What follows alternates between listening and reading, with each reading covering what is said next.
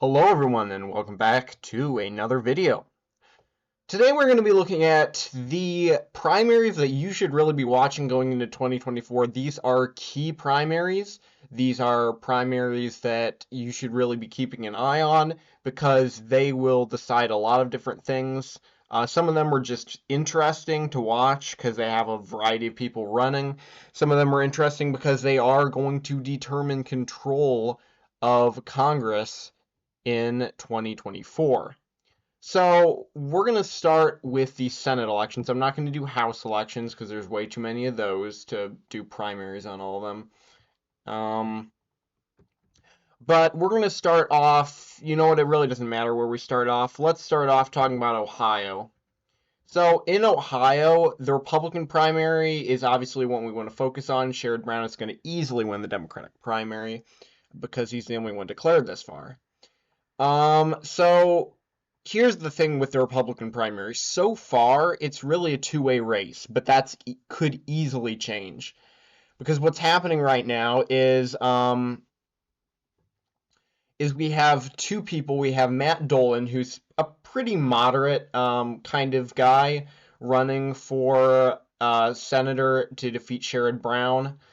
He's a state senator from the 24th district, and he ran for U.S. Senate in 2022. Against him is Bernie Moreno, and Bernie Moreno is kind of crazy. He's not crazy, but he's got some, let's say, some rather off-kilter ideas that might not go off very well in a general election. He basically supports white reparations, which is the weirdest thing I've ever heard. Like, can we just not have any reparations at all? But for like anybody, but apparently he thinks that white people deserve reparations even more than black people, which is the weirdest thing I think I've ever heard. But yeah, he's not the best candidate. He would probably lose to Sherrod Brown if I'm being completely honest, because he just doesn't unless Ohio keeps shifting so far to the right, Sherrod Brown just can't hold on no matter who it is. I could legitimately see Bernie Moreno losing to Sherrod Brown. I think that's actually possible, believe it or not. I think Ohio's tilt-are with almost everybody else, except maybe Dolan. Dolan might do bad in the rurals, but other than that, other than Moreno, I think most people would win. The person who really needs to run, if you're rooting for the Republicans, is Frank LaRose, and if he enters the race, he's going to make this a three-way race. It's going to be him versus a state senator versus a car dealership owner. And the thing about this is that it's actually going to be semi-competitive because LaRose is not really liked by Trump, but he's statewide elected, which means he automatically has that name recognition factor. But Moreno, meanwhile, has the endorsement of J.D. Vance, which is kind of a problem for LaRose that the other U.S. Senator endorsed Moreno. Matt Dolan has. Wait, let's actually look down and see what endorsements Matt Dolan has. Matt Dolan has literally no good endorsements, so it does not matter whatsoever what happens with him. He did really good in the 2022 primary, so I could actually see Matt Dolan coming closer than expected to the nomination, but with Frank LaRose in the race, I mean, how many anti-Trump Republicans are going to stick around with Dolan? Like, Frank LaRose is an anti-Trump, but he's certainly not that pro-Trump. Like, he doesn't really necessarily believe the 2020 election was rigged or any of that stuff. So it's not like he's kind of ambiguous on issues like that. So Trump doesn't really like him for that reason, and Trump is probably going to endorse Marino, which means it's going to essentially be a three-way race between a generic anti-Trump Republican, a Trump-endorsed Republican who's a little bit whacked, and a just meh statewide elected official Republican, which is going to make it interesting. It's going to be a very interesting primary. Um, but yeah, pretty much everybody says this is a toss-up race thus far. So it's really could go any way, but it really does depend on who Republicans nominate. That is why this is a very important primary to be watching. We're going to look next at, what should we look at next? Let's look at West Virginia briefly. There are two main candidates running in West Virginia. Unless you want Chris Rose, the coal miner, to win, you're likely going to be supporting a candidate that at least has some support. Um, so Jim Justice is the front runner, clearly. He's running against Alex Mooney, who's a U.S. representative from the 2nd Congressional District. Alex Mooney is the weaker candidate by far of the two. Jim Justice is statewide elected. He's won statewide office as both a Democrat and a Republican. He has blue dog appeal to West Virginia voters. He's leading in polls. But Alex Mooney is a carpetbagger. He comes from Maryland, and Joe Manchin can easily just call him Maryland scum and stuff, and that will pretty much seal the deal for Alex Mooney. Now, I think Alex Mooney actually could still win, so I'll take that back. I think it would just be way closer. It would be leaned to likely instead of safe. But with Jim Justice, like, look at this polling, guys. If Jim Justice is already leading in the nomination in the polling for the primary, by the way. But if Joe Manchin was to go up against Jim Justice, literally all the polling is showing that Jim Justice would win. All the recent polling is showing that by double digits, as a matter of fact. So now, obviously, Joe Manchin is a very unpopular senator, and so a lot of these polls, I'm not even sure I would necessarily believe. Like, for instance, there is no way that people support Jim Justice 52 to 42, but then in that same poll, 55% prefer Joe Manchin and only 40% Alex Mooney. Like, that's ridiculous. That shows that you can't always trust polls. But you know, I mean, we can at least somewhat look at these polls and say that, yeah, Jim Justice is by far the strongest candidate. Now, Patrick Morrissey, he could have run. He already lost to Joe Manchin in 2020. I mean, not 2020, 2018. He would also, he might win. I think he could win, especially because it was a blue wave year and Manchin only won by 3 against that guy. So, but Morrissey for sure is not the strongest candidate. He's just kind of there. He's just kind of somebody throw up there. But he's decided to run for governor, and we're going to get to that in a second. So it's really Justice versus Mooney. You need to be watching this primary because if Mooney gains momentum and if Trump endorses Mooney, it could be very interesting. However, Justice is a strong Trump supporter, and considering he's the front runner, Trump will more than likely be endorsing Jim Justice, and that will kind of cement his victory. But it is an interesting primary to watch. Not everybody's behind Jim Justice, so we'll have to wait and see what happens with that. Now we're going to look at California. And California is very, very interesting. This is going to be such an interesting race. The primary is, that is. So for a long time, we really thought that this was going to be a race between two Democrats advancing, and now polling is showing that that might not necessarily be the case. But anyway, we have 3 Democratic candidates of note, which are Barbara Lee, who's a U.S. representative. She's a progressive. She's anti-war.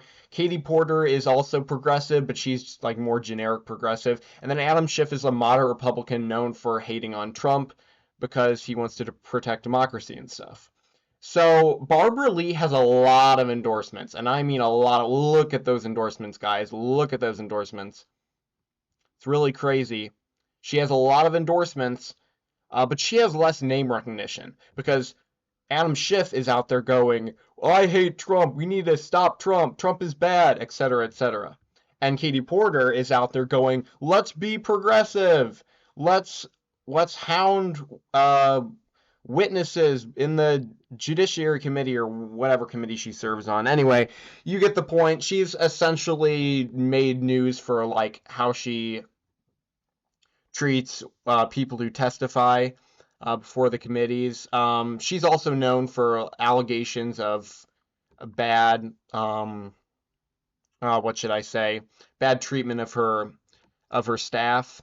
Now, Katie Porter doesn't have that many endorsements. She has Elizabeth Warren and she has the Attorney General of California endorsing her. But other than that, she's really not doing that well with endorsements. Whereas Barbara Lee has all these U.S. representatives. I mean, it's kind of crazy, honestly. So Adam Schiff, however, has a lot of endorsements. So if we were going off endorsements alone, it would be Schiff versus Lee. But here's the thing. It's really looking like that's not going to be the case. Because there's a Republican named Eric Early. I know, great name. He's running against the rest of these people. And it looks like he's going to be the de facto Republican. You know, Republicans can never win in California.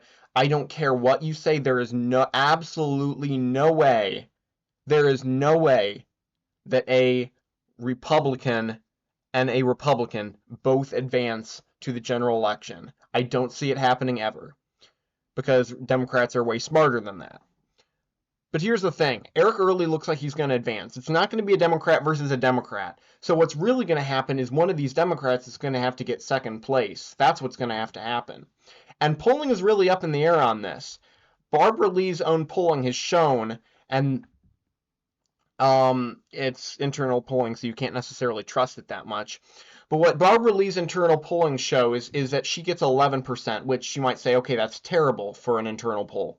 But the same pollster also told everybody the biographies of these individual candidates. So essentially saying Barbara Lee's like anti-war, she's progressive, etc. And when they informed their participants in the polls about the stances of these candidates, Barbara Lee's support actually upticked to 20%. They don't show that here, but it did.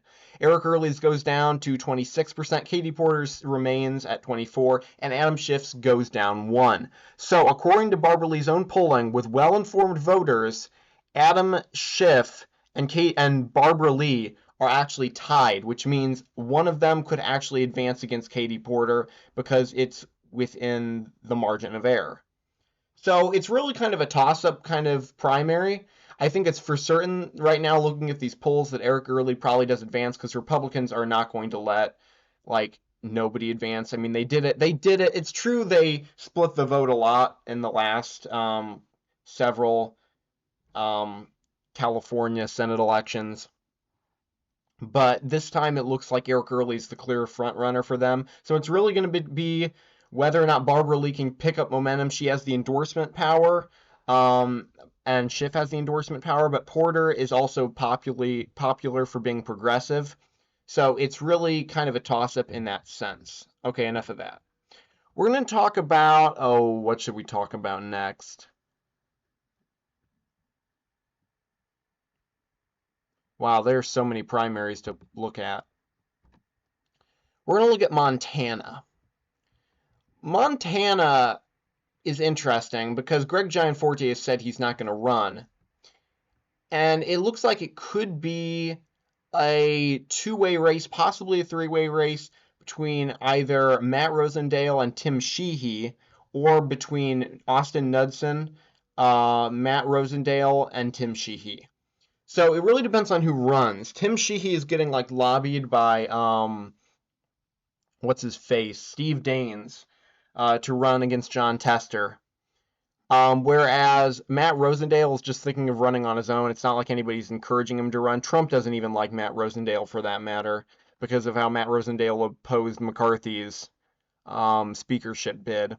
And then Austin Knudsen, he's just kind of there as well. He's just kind of he's the Attorney General of Montana, Speaker of the Montana House of Representatives. You know, he's got experience. He's been statewide elected. I think he would do the best job because even though he lacks name recognition, he's been statewide elected before, and I think he's an overperformer as well. I could be wrong about that.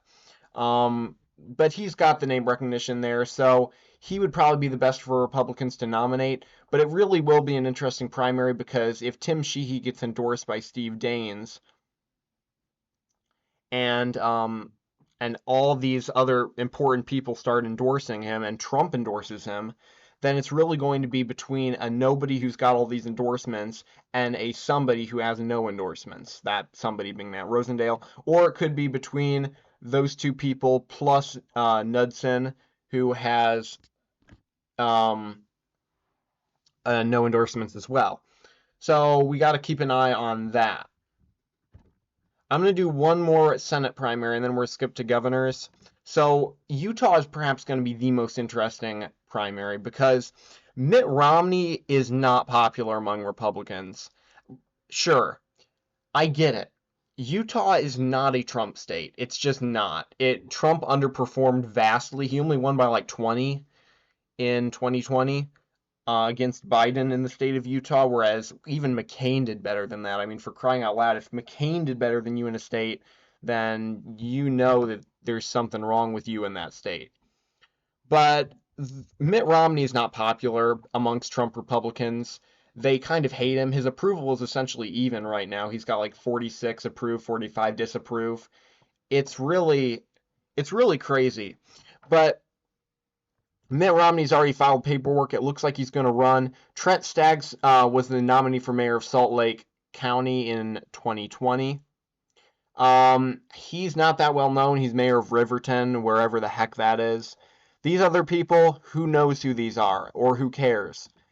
The person that we really got to look out for is if two people enter the race. And if they all split the vote, then Mitt Romney probably wins renomination because let's be fair, Mitt Romney does have the appeal to Mormons because the guy is a Mormon, so, we got to keep that in mind. But basically, there's two people that should run. Either Brad Wilson, who's the Speaker of the Utah House of Representatives, and he's going to decide in fall 2023. He's already formed the exploratory committee, so it looks like he very well could run. Or we could have Sean Rise, who's the Utah Attorney General. He's very pro-Trump. He doesn't like Romney, I guess, because Romney doesn't believe the election was rigged and stuff. So, but he does. So he would probably be the strongest challenger just because of being statewide elected. But Brad Wilson, Speaker of the Utah House, that's pretty significant. So either one of them would be okay. What we can't have is a whole bunch of people splitting the vote because Mitt Romney will get renominated if that happens. So that is why this race will be interesting to watch because we'll have to be watching how many people enter this primary and what the polling looks like. Either way, the general election is going to be solid R, so it's not like we really care about who the nominee is. I mean, Republicans obviously care about who the nominee is, but because they want a better Republican than Mitt Romney. But it doesn't really matter in the end because it's going to be a safe R seat regardless. Now we're going to talk about some of the governor primaries. Let's look down here. So far, I'll do West Virginia and I'll do Indiana. West Virginia is so underrated, guys. West Virginia is so underrated. This primary is a mess. Look at this.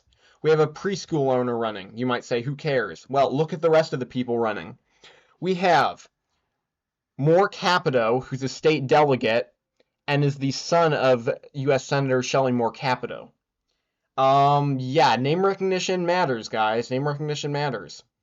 We also have Chris Miller, who's an automobile dealer, big whoop, and the son of U.S. Representative Carol Miller. So we have two relatives of Congress people running in this primary for governor, which is crazy to think. I mean, it's like, how much is this name recognition actually going to do for them? But then we have other people that are it's just getting crazier and crazier. And if David McKinley enters, that's going to be the icing on the cake. I mean, look at this.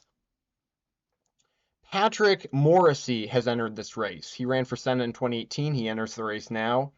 Mac Warner, he's the West Virginia Secretary of State. He has entered this race. And J.B. McCuskey, or J.B. McCuskey, however the heck you say that, has also entered. These are all statewide elected officials. So we're either going to get a statewide elected official running for governor, or we're going to get a random person who has good name recognition because they're related to Congress people in the state as the nominee. So, pretty interesting race. I don't think enough people are talking about this. I think we should talk about this more. And yeah.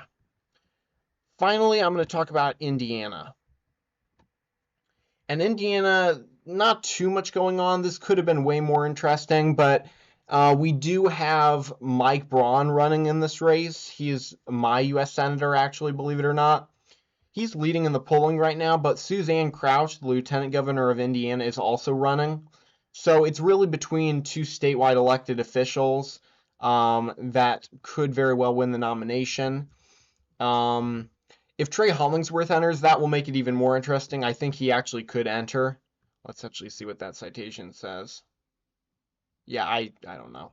But Trey Hollingsworth did retire. And then, heck, throw in Curtis Hill, throw in Brad Chambers, throw in any of these other random people, and you get a very interesting primary. So, something that should be talked about more also.